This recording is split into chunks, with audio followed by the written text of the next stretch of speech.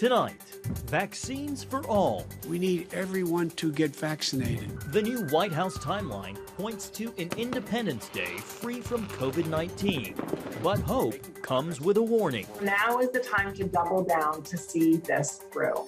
This as Democrats plan to pump $1.9 trillion into the pandemic economy. The motion is adopted. And I'm glad you're leading with weather because this is a huge story. The Fox News weather forecaster who turned a spotlight on Governor Cuomo's handling of nursing home deaths in New York. All this and more on Faith Nation.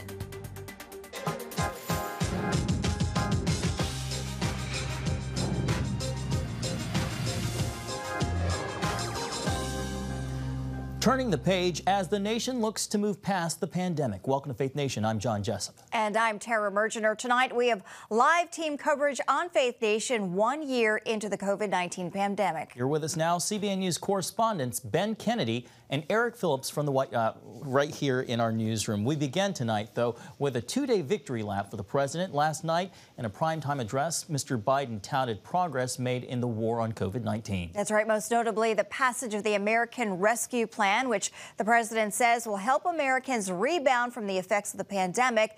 He and the vice president continued celebrating in the Rose Garden earlier this afternoon. Our new CBN News White House correspondent Eric Phillips joins us now with more.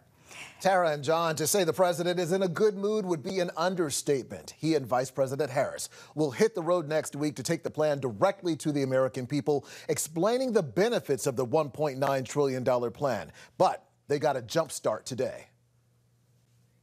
Think of the millions of people going to sleep at night staring at the ceiling thinking, my God, what am I going to do tomorrow? I've lost my health care, don't have a job. Unemployment runs out. I'm behind on my mortgage. What are we going to do? Well, guess what? They're going to be getting that check soon. When they return to work, when they return to school, when they reopen their businesses, when they hug their grandchildren for the first time in a year, Americans will see what we did here. During today's White House press briefing, White House Press Secretary Jen Psaki also touting the plan. But I asked about how some people of faith should feel about this vaccination process when feeling a moral dilemma, particularly with one of the vaccines. What do you say to a significant segment of the population that has a moral problem with the Johnson & Johnson vaccine because the company uses cells from aborted fetal tissue in its manufacturing process? Well, I know that the Vatican has conveyed that all three vaccines are safe and effective, and I know that is a powerful authority for many who are close to their faith. But that is something that has also been conveyed by health and medical experts. We are not always the best messengers that here, a Democratic administration, to communicate to everyone in the public about the safety, the efficacy, and the importance of taking the vaccine. It's an important question, as the administration is saying it's important for each American to get vaccinated as soon as possible with whatever vaccine is available to them. The president and VP will be traveling with that message, armed with legislative victory, to several cities next week, including Atlanta, where two Democratic senators won high-stakes races just 2 months ago, helping to clinch the votes needed to pass the American Rescue Plan. And I should add that the president saying last night that by the 4th of July, if all things go well, people may be able to gather together with family and friends. Tara and John. Eric, thank you. Well, tonight, 10% of the country has been fully vaccinated for the coronavirus. That's right, and we can expect that number to grow as states expand their access to the shot. CBN's Ben Kennedy has more on where that effort stands. Ben? Well, John and Tara, Michigan announced today that all adults will be eligible for the vaccine on April 5th. In nearby Minnesota, their goal is the end of April, but they also announced plans to reopen college campuses this fall.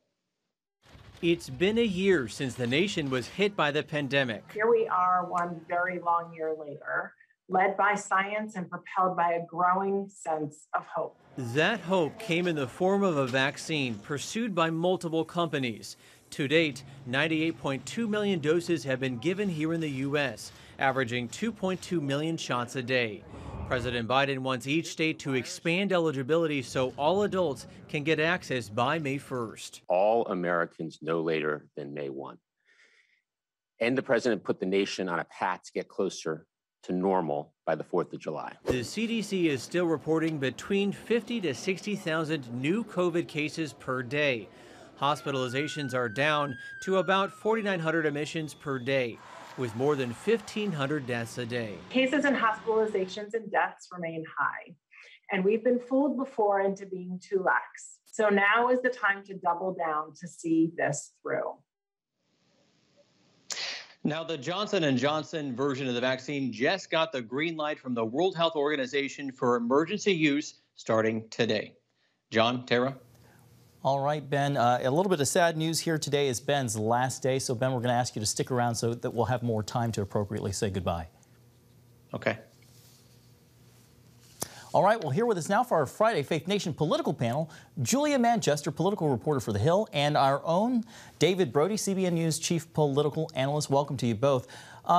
David, people are saying this speech was unifying, just like he promised in his campaign. We even saw it in the orchestration with all the flags of the states behind him. But he is taking heat for government-issued guidelines and the suggestion of when and how people could gather in this COVID age. Let's take a moment to listen to what he said.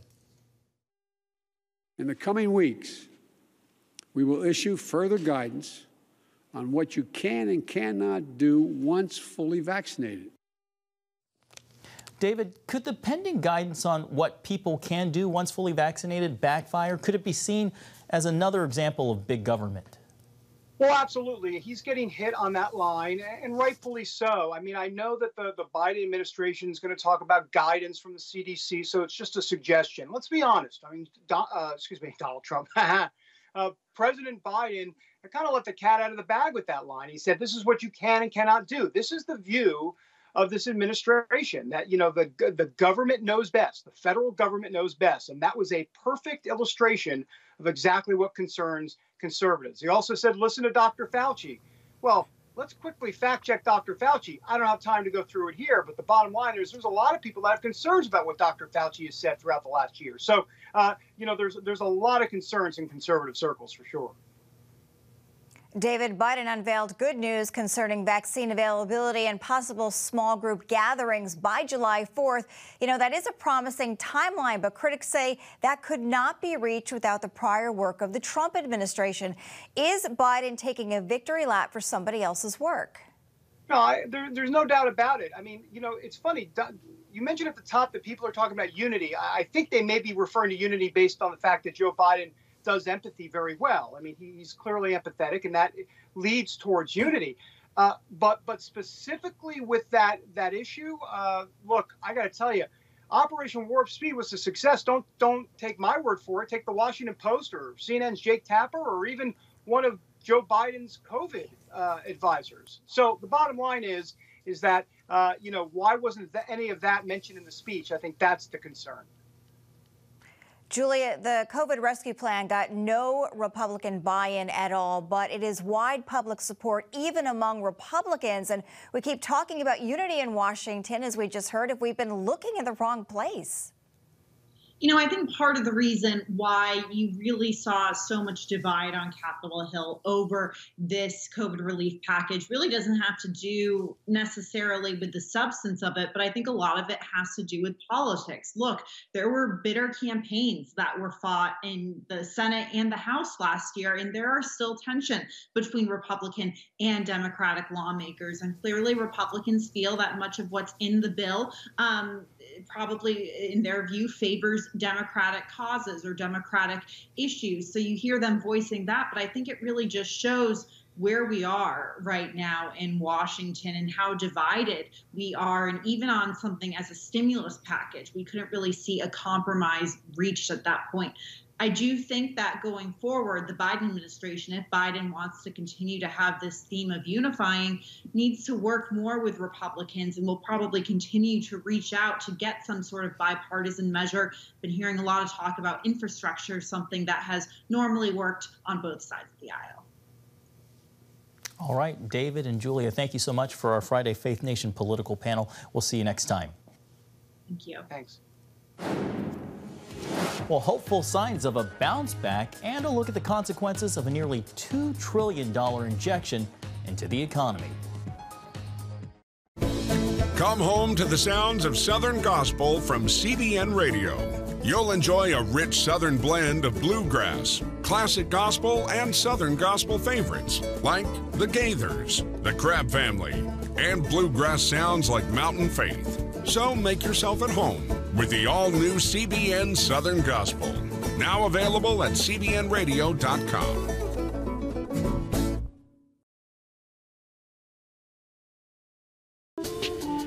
It's about the competition. I kind of put that pressure on myself, and I think people had expectations. It's about overcoming. We use this phrase all the time, keep chopping, keep practicing hard.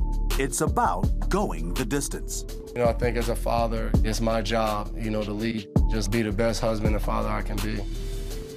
Watch Going the Distance with Sean Brown Saturday night at 7:30 on the CBN News Channel. Life. It's meant to be lived fully. Jesus said it. I came to give you life. Life to the fullest. Life in your family. Life in your finances. Life in your body, mind, and spirit. Life in your everyday.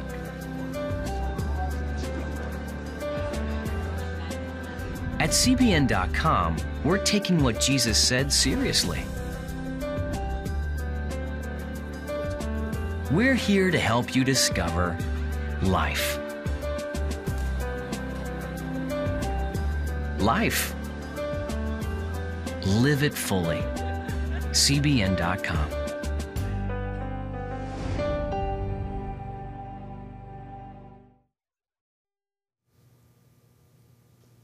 Tonight, there are already hopeful signs of an economic bounce back. With nearly $2 trillion on the way from the massive COVID relief package, jobless claims rose less than expected last week, still though above pre-pandemic levels. First-time jobless claims totaled 712,000 last week. That's below economic estimates of 725,000, but still above the pre-COVID record of 695,000. All right, joining us now, Mark Hamrick, Washington Bureau Chief and Senior Economic Analyst at Bankrate. Mark, always a pleasure to see you. The White House is, planning an infrastructure bill that could cost $2 trillion. That is on top of the relief bill that has a price tag of $1.9 trillion. And that projected deficit for this year is already a little over $2 trillion. How are we going to pay for all this? Well, first of all, we're not going to worry about paying for legislation that has yet to be passed. That's one thing. Obviously, that is to be dealt with in that legislation and the proposal. Interest rates are still close to record low levels. There has been some talk of using something along the lines of even a 50 or 100-year bond. But let's just talk about what we know has happened, and that is, of course, the passage of the $1.9 trillion plan you're talking about. There's no doubt that there is going to be a reckoning at some point that elected officials in Washington are going to have to come to terms with. The reality also is that we saw a nearly equal amount of money spent with the passage of the Trump tax cut. So there is neither party is pure on this question. And we can remember years ago when Republicans were the chief advocates for fiscal austerity or responsibility, but that boat has left the harbor. And so I do hope that down the line there will be an opportunity for elected officials to try to take a long-term view of this, but that's not where their minds are focused right now. Mark, speaking of tackling the debt, how real is the concern that the debt eventually gets so big that we'll start to see higher and higher interest rates, which could eventually choke the economy? Well, the concern is absolutely a legitimate concern, and some of the projections that go out, let's say 30 years, see that the amount that the federal government has to devote to just paying on interest becomes essentially a stranglehold on the government's ability to spend on anything else, as much as, let's say, 50% of federal expenditures. And so that's clearly not sustainable. But if there's one national sport among elected officials in Washington down the road, let's hope that they don't look to kick the can that much longer. Well, Mark, will there be at some point a pretty significant pickup in inflation, which would make the debt cheaper to pay off? Well, in terms of a pickup in prices that is sustainable, that's not the consensus expectation. The focus right now is on a remarkable surge in growth. If you look at where the consensus forecasts are for GDP this year, they're looking for an annualized increase in GDP of 6%. That's something that we haven't experienced in my lifetime. If prices were to pick up, it's now the consensus, including the belief of Federal Reserve officials who are, let's say, the chief worrywarts about inflation in the regulatory sense. They believe that inflation problems will be short-lived as the economy just gets back to normal. Think about the fact that people really haven't been driving or traveling nearly as much as before. That had a dampening impact on prices over the last year, and now we're going to get back to normal. All right, Bank Rates, Mark Hamrick, always a pleasure to have you. We hope you have a great weekend, Mark. You too, thank you. All right, coming up, a weather forecaster turned crusader amid reports of Governor Cuomo's mishandling of nursing home deaths in New York. Too often, we carry baggage from our past. You know what it's like. It affects everything and everyone in our lives. It's always there, weighing us down and keeping us from achieving true happiness. But do you know God never meant for us to be trapped in the past? You can be free of your baggage. Learn how God's forgiveness leads to changed lives and new beginnings. Call the 700 Club. I'm Ephraim Graham, and this is Studio 5. Cruise with me as I discover the good things happening in the world of music, sports, television, and movies. The fact that Ryan Coogler was going to be directing the film, I knew that something special was going to happen.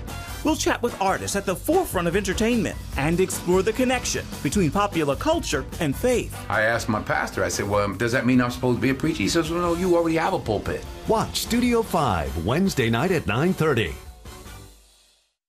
Tikkun Olam. This is our nature as a country.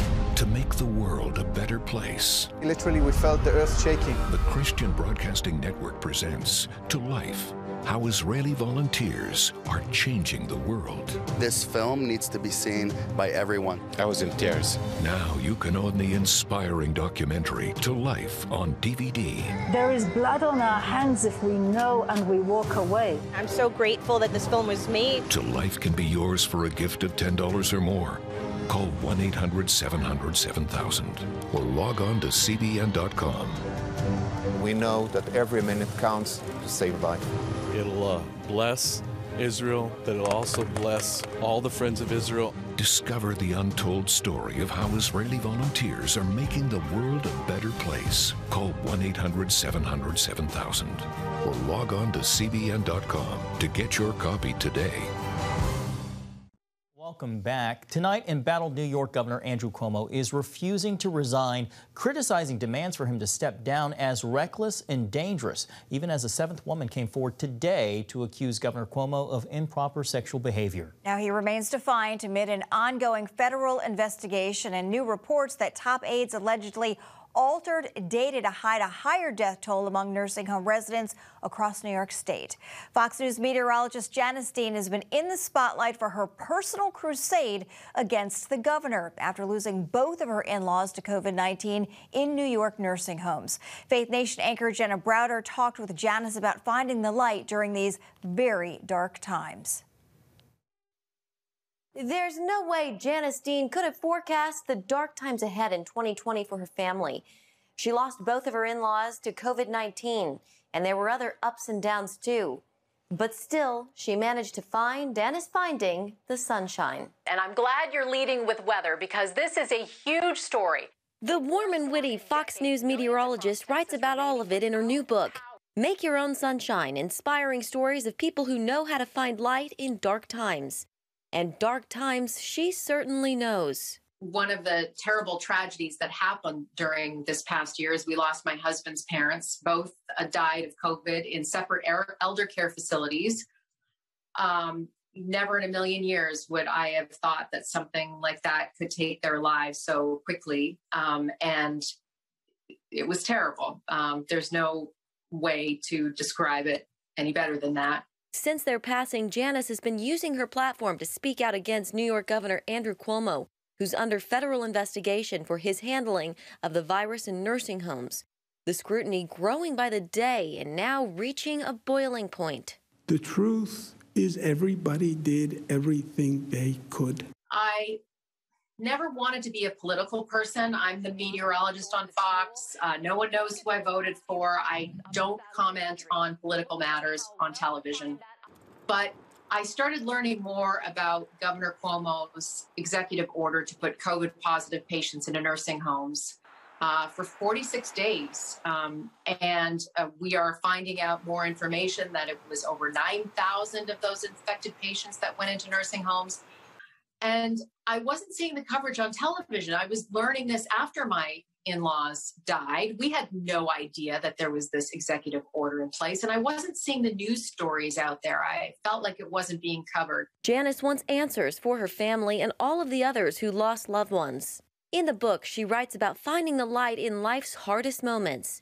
Janice features everyday heroes, from the teacher who cut her students' hair to the Uber driver who helped a new mom buy baby clothes. Every chapter is basically about a story about somebody who did something kind for someone else, and many of them pass it along. That's what her husband did for her when COVID nearly squashed her 50th birthday. Yes, I was going to celebrate my 50th birthday in Las Vegas. I had planned dinners and outings and dancing with my closest girlfriends. And it came to a screeching halt, obviously. We couldn't do that. So my husband planned this wonderful birthday for me, and I never expected it. She describes how he decorated their home like a casino, arranged a car parade, and even set up Zoom dates with her coworkers and friends. And I wrote about it because it was something we were all going through, and it was a moment where my husband went outside of the box and did something so special. And to me, it was probably the best celebration of my 50th year on this planet. And it happened to be going on during a pandemic. I know you talk about your own battle with MS, and you feature some other people who are also struggling with it. A couple of questions. One, how are you doing? And two, on this topic of sunshine, and how do you cope with that on some of your tougher days? It's a good question, and I did write about two wonderful ladies in the book about having MS and having a chronic illness. We don't have a cure for it.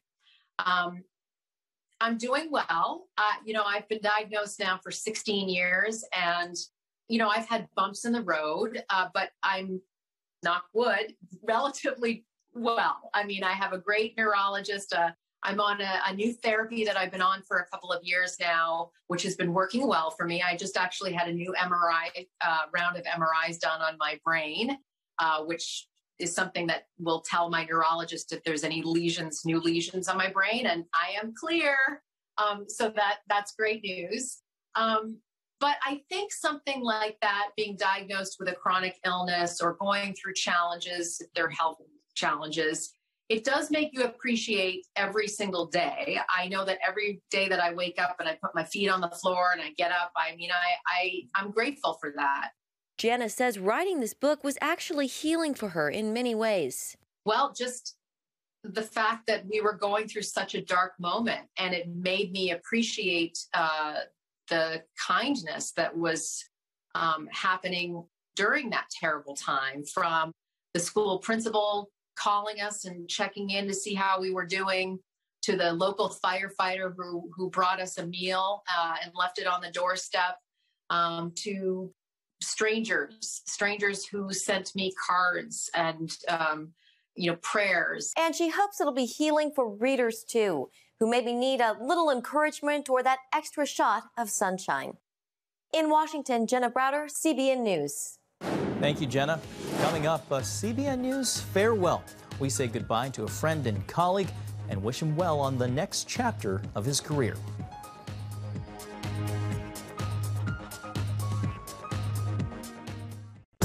It's the new Superbook Bible app. It's packed with games, activities, and Superbook episodes that you can watch for free. Oh, no! There's trivia, a fun daily devotional, and answers to your Bible questions. Plus, an easy-to-understand Bible the whole family will enjoy. You can even create your own Superbook character.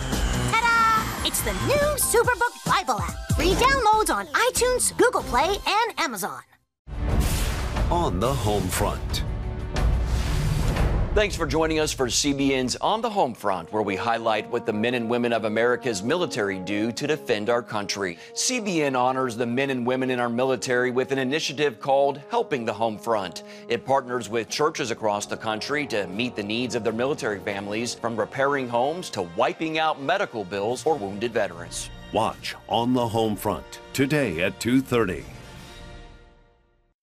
Get Protect Your Sleep and discover how to improve the quality of your life. A free DVD or booklet from the Christian Broadcasting Network. If you're not a great sleeper, you can do things to make yourself a great sleeper. If you're already a pretty good sleeper, you can enhance your sleep and be even better. 5 leading experts help remove the obstacles between you and restorative sleep. When you don't get a restful night's sleep, you wake up with an accumulation of stress. Call 1-800-700-7000 or go to cbn.com to get your free DVD or booklet today. Everything you do better with a good night's sleep. You'll discover how food affects your sleep, how to put insomnia to rest, explore effective remedies for sleep apnea, and much more in Protect Your Sleep. Wake up to your best life and get Protect Your Sleep today. Call 1-800-700-7000 or go to cbn.com to get your free DVD or booklet. Well, finally tonight, as we sign off, we want to take a moment to say goodbye to a valued member of our CBN News team. For 4 years, Ben Kennedy has produced compelling reports that we watch nightly here on Faith Nation, and we, just like you at home, have benefited from his creativity, his humor, and his journalistic chops. From his early days at CBN News in early 2017, bringing us stories off the beaten path, to reporting on the Oval Office as our White House correspondent for the past 3 years, Ben's approach to covering the news shows he's a consummate professional. But what makes him so great to work with is he's also someone who doesn't take himself too seriously. Ben, personally for me and collectively for all of us, it's been such a treat to work alongside you for the past 4 years. We cannot close tonight without letting you know how much you're going to be missed. Any last words before you go? Well, John and Tara, it's been an honor working alongside you guys and the entire CBN News team these past 4 years. And I think Eric is going to do such a great job as the new White House correspondent. He certainly has big shoes to fill. You know, what people probably don't know about you, you're an excellent reporter, you're a great fill and anchor, but you're a man of many talents. You can sing, you're a great artist, and just an all-around great guy. The thing that I think you need to work on just a little bit are the dad jokes. Oh, I appreciate that, John. Well, you know what? CBN gave me the creativity to really express myself in storytelling, as you guys were just talking about, and it's been a fantastic 4 years. And the good news is I'm not going too far. I'm just going to be a couple blocks down the road, so I'm sure we'll miss I'll you. be running into you guys and the news team in the near future. We wish you well. Good night, guys. Bye, Thank Ben. you.